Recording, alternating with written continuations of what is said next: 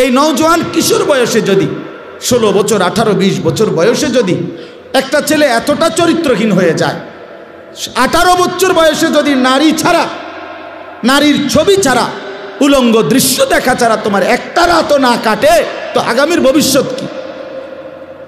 আগামীর ভবিষ্যৎ কি?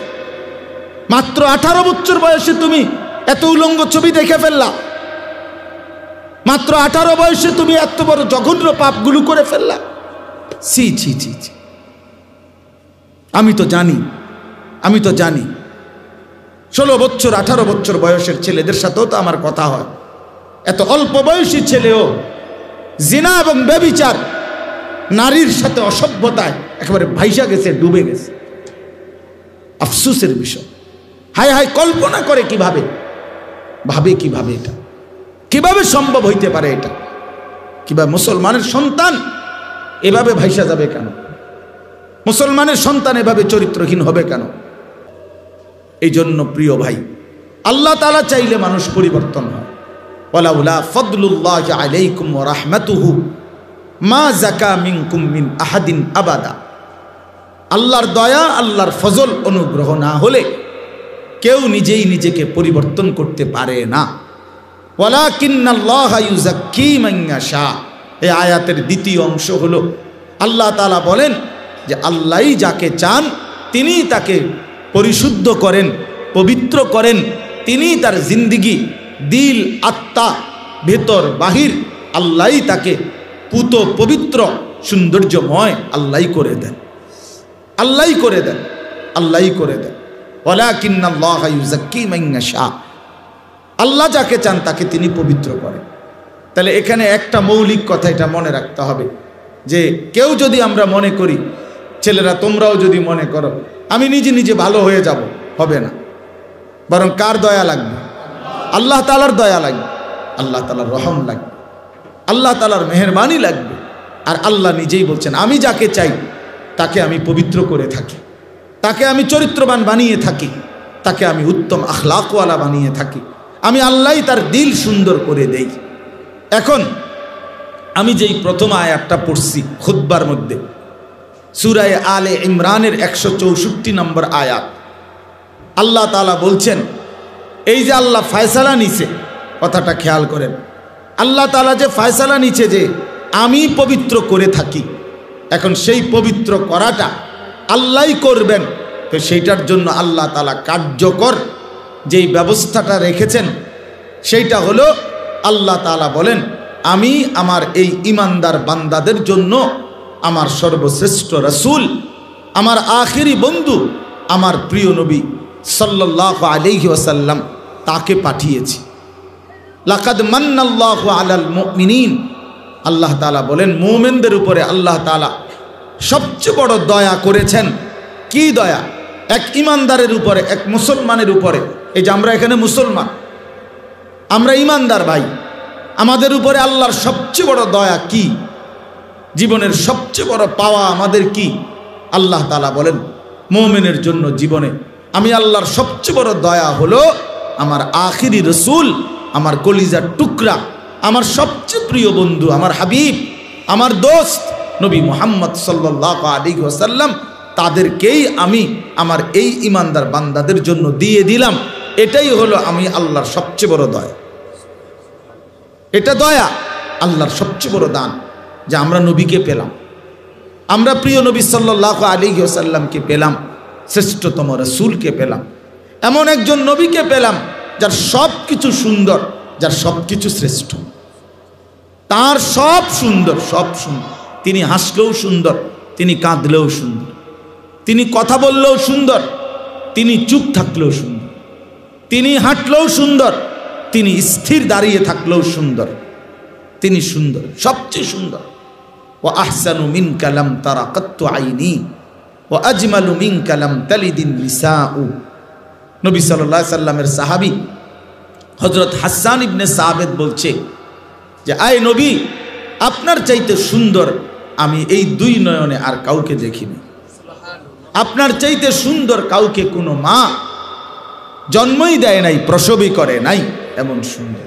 তাহলে তিনি সবচেয়ে সুন্দর, আবার তিনি সর্বশ্রেষ্ঠ, সব গুণে তিনি শ্রেষ্ঠ। জীবনের যত কিছু কল্পনা করা যায় মানুষের জীবনে, সমস্ত গুণে তিনি শ্রেষ্ঠ। বন্ধুর কাছেও শ্রেষ্ঠ, দুশ্মনের কাছেও শ্রেষ্ঠ। অর্থাৎ এই 1450 বছর ধরে আল্লাহ নবী সাল্লাল্লাহু আলাইহি ওয়াসাল্লামকে অসংখ্য অগণিত কোটি কোটি মোমেন নবীজির জীবন পরীক্ষা করছে, বিশ্লেষণ করছে, তাদের কাছেও নবীজি সর্বশ্রেষ্ঠ। আবার এই 1450 বছর ধরে কত কাফের, বেঈমান, মুশরিক, নাস্তিক, মুরতাদ, কত বিধর্মী, গবেষক, পণ্ডিত, দার্শনিক, বুদ্ধিজীবী কাফের তারা, কিন্তু তারা আমাদের নবী সাল্লাল্লাহু আলাইহি সাল্লামকে নিয়ে গবেষণা করেছে, তাদের কাছেও তিনি সর্বশ্রেষ্ঠ।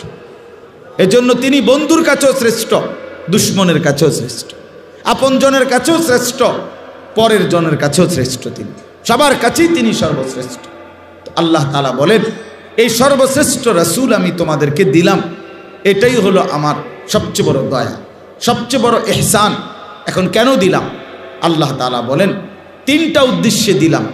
এক, ইয়াতলু আলাইহিম আয়াতিহি, আমার কালাম, আমার কোরআন আমার বান্দাদের সামনে তেলাওয়াত করবে, শোনাবে, শিখাবে। কোরআন তেলাওয়াত করবে, কোরআন শিখাবে, কোরআনের তেলাওয়াত উচ্চারণ করাবে, বিশুদ্ধ তেলাওয়াত করাবে।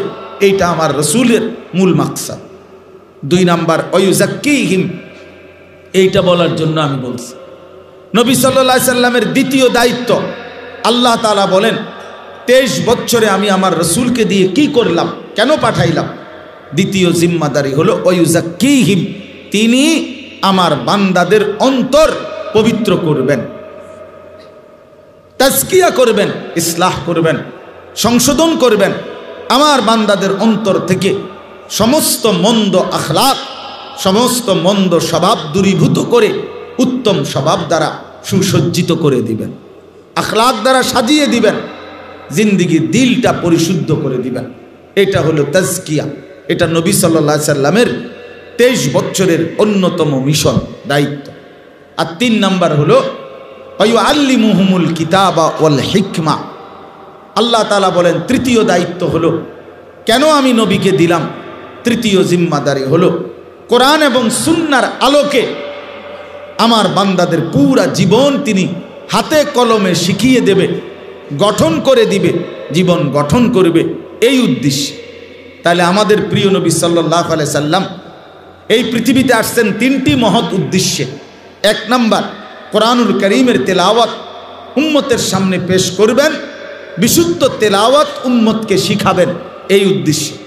2 নাম্বার, সমস্ত ইমানদার উম্মতের অন্তরকে সমস্ত মন্দ স্বভাব থেকে দূর করে উত্তম স্বভাব দ্বারা সাজিয়ে দেবেন।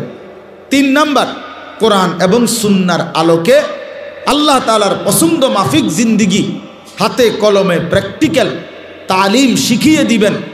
প্রত্যেকটা জীবনের হাসি, কান্না, আনন্দ, বেদনা, রাত দিন, একাকী, প্রকাশ্য, ঘর সংসার, দেশ জাতি রাষ্ট্র রাজনীতি, একাকী জীবন, ব্যক্তিগত বিষয়, অজু, ইস্তেঞ্জা, প্রস্রাব, পায়খানা, এরপরে স্বামী স্ত্রী, রাতের দিনের যাবতীয় বিষয়াদি, সকল বিষয় একেবারে একটা সুই একটা সুতা। আল্লাহ নবী সাল্লাল্লাহু আলাইহি সাল্লাম শিখাইছেন যে এই গ্লাসের পানি, নবী সাল্লাল্লাহু আলাইহি সাল্লাম শিখিয়েছেন উম্মতকে যে তিনি 3 ঢোকে 3 নিঃশ্বাসে পানি পান করতেন। প্রতিটা নিঃশ্বাস গ্লাসের মধ্যে ফেলতেন না, নিঃশ্বাস বাহিরে ফেলতেন। লা ইয়াতানাফাসু ফিল ইনা, আল্লাহ নবী সাল্লাল্লাহু আলাইহি সাল্লাম পাত্রে, গ্লাসে, জগে, মগে নিঃশ্বাস ফেলতেন না, এবং 3 নিঃশ্বাসে কমপক্ষে পানি পান করতেন। এরপরে আরো বেশি হইতে পারে, কিন্তু কমপক্ষে 3 নিঃশ্বাসে পান করতেন। তাহলে কি বোঝা গেল? বোঝা গেল আল্লাহ নবী সাল্লাল্লাহু আলাইহি সাল্লাম উম্মতের নিঃশ্বাসটা কেমনে ফেলবে এটাও ঠিক করে দিছে, এটাও ঠিক করে দিছে, নিঃশ্বাস পর্যন্ত ঠিক করে দিছেন। ঘর বাহির, অজু, ইস্তেঞ্জা, টয়লেট, বাথরুম, পেশাব, পায়খানা, রাত দিন, একাকী, প্রকাশ্য, জীবনের সকল অঙ্গনে, জীবনের প্রতিটা পদক্ষেপে, একেবারে আদনা থেকে আদনা, ছোট থেকে ছোট, বড় থেকে বড়, সব ব্যাপারে সব বিষয়ে তিনি সর্বোচ্চ সুমহান আদর্শ।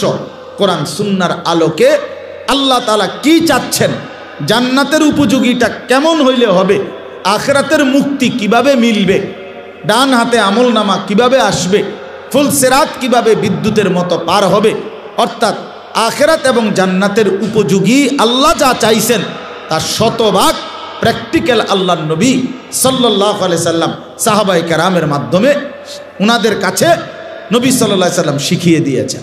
এটাই নবী সাল্লাল্লাহু আলাইহি সাল্লামের মিশন ছিল। তাইলে প্রিয় ভাই, আমার বলার উদ্দেশ্য হলো, এবার আমি যেই মূল বক্তব্যটা বলতে চাচ্ছি, ওই আয়াতের মাধ্যমে বললাম যে নিজেকে নিজে পরিবর্তন, বিশুদ্ধ আত্মশুদ্ধি করা যায় না, নিজে নিজে একাকী ভালো হওয়া যায় না। আল্লাহ বলেন আমার দয়া লাগে, আমার অনুগ্রহ লাগবে, আমার মেহেরবানি লাগবে। আর আল্লাহর দয়া, আল্লাহর অনুগ্রহ হইল, আল্লাহ নিজেই বললেন আমার দয়া আমি আমার রসুলকে পাঠাইলাম। তাহলে আমার রসুলকে দিয়ে ওই যেই উদ্দেশ্য তাজকিয়া, অন্তর পরিশুদ্ধ করা, আত্মা বিশুদ্ধ করা, এটা আমি আল্লাহ আমার বন্ধুকে দিয়ে করাইলাম।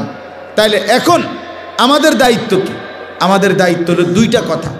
এক নম্বর কথা হলো আত্মশুদ্ধি বাস্তবিক অর্থে আমাদের প্রত্যেকের জন্য ফরজে আইন, অর্থাৎ নিজের অন্তরকে মন্দ স্বভাব থেকে পবিত্র করা, উত্তম স্বভাব দ্বারা সজ্জিত করা নিজেকে মুসলমান হিসাবে, এটা আমাদের জন্য বাধ্যতামূলক দায়িত্ব। এটা খামখেয়ালি বিষয় না, খামখেয়ালি বিষয় না।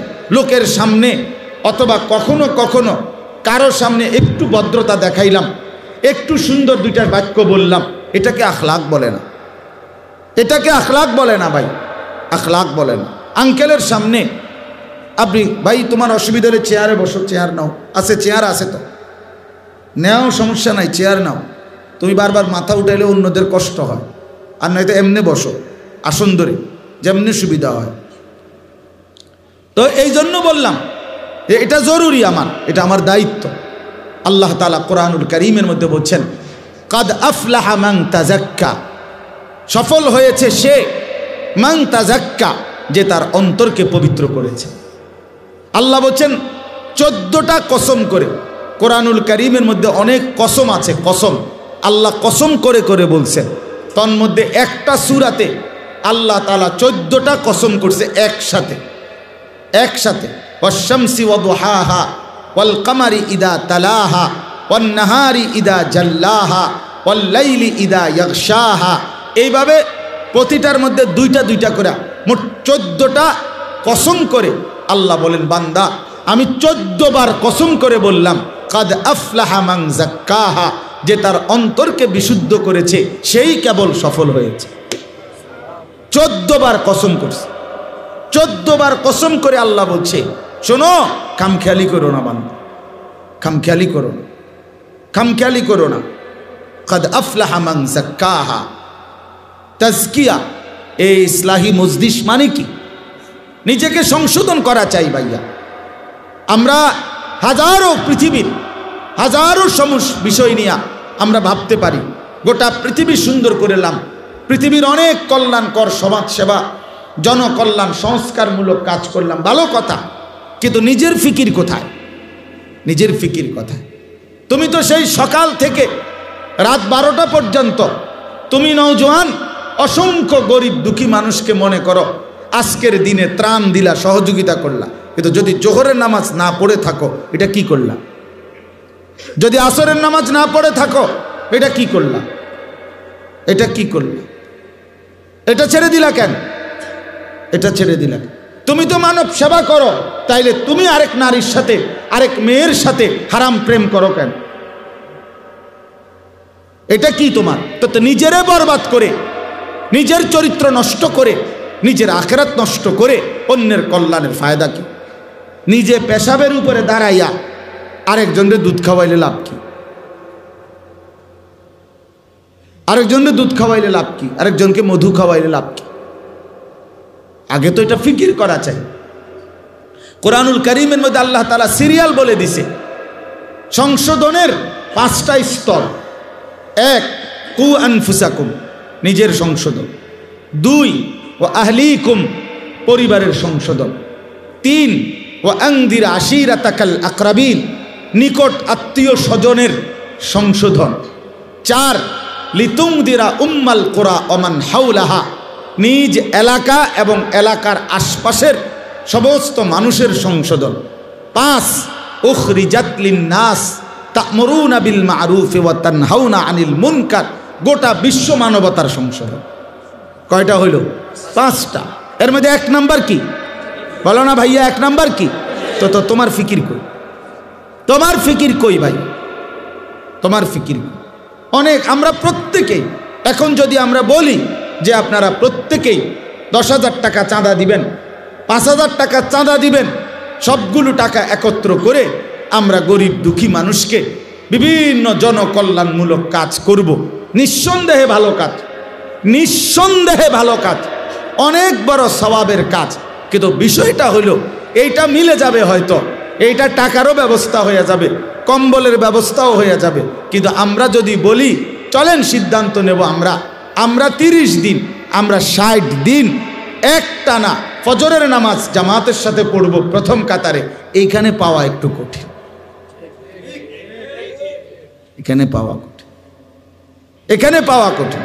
আল্লাহর কসম, আমার কথা হলো এইটা, আমার এই মাকসাদ শুধু এইটা যে হ্যাঁ ভাইয়া, মানবের সেবা, মানুষের কল্যাণ, মানুষের উপকার অবশ্যই জরুরি, ভালো কাজ, কিন্তু নিজের সংশোধন আরো বেশি জরুরি, আরো বেশি জরুরি। আমি বদলাবো কোন দিন? আমার চরিত্র সুন্দর হবে কোন দিন?